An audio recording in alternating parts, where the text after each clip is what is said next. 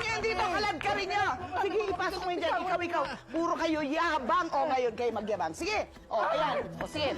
O, sige, ngayon. Ano? Nakakulong na ba? Opo, senyora. Sige, huwag niyo pakakawalan yan, ha? Mabuti, hindi kayo makakawala dyan, ha? How dare you, haliparot na babae! Wala po akong kasalanan, senyora! Wala akong masamang intensyon sa asawa niyo! Talaga! Dirigaluhan ho siya ni Senyor Facundo. Huwag ka na makikialam. Ang ginawa mo, nilandi mo talaga ang asawa ko. Kinaibigan mo para magamit mo. Isa kang oportunista! Kaya mabubulok kayong dalawa dyan. Kasama ng mabahong dumi ng kabayo. Yan ang bagay sa inyo.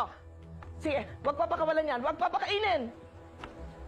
Senyora! Bantayan mong maigi tong dalawang to. Siguraduhin mong hindi yan makakatakas. Sige, ilak mo. Sige.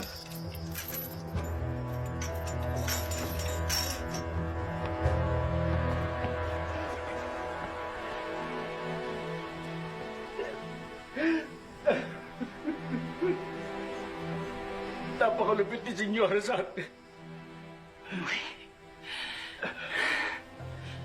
Sa oras na makalabas tayo dito, hindi na tayo babalik sa lugar na ito.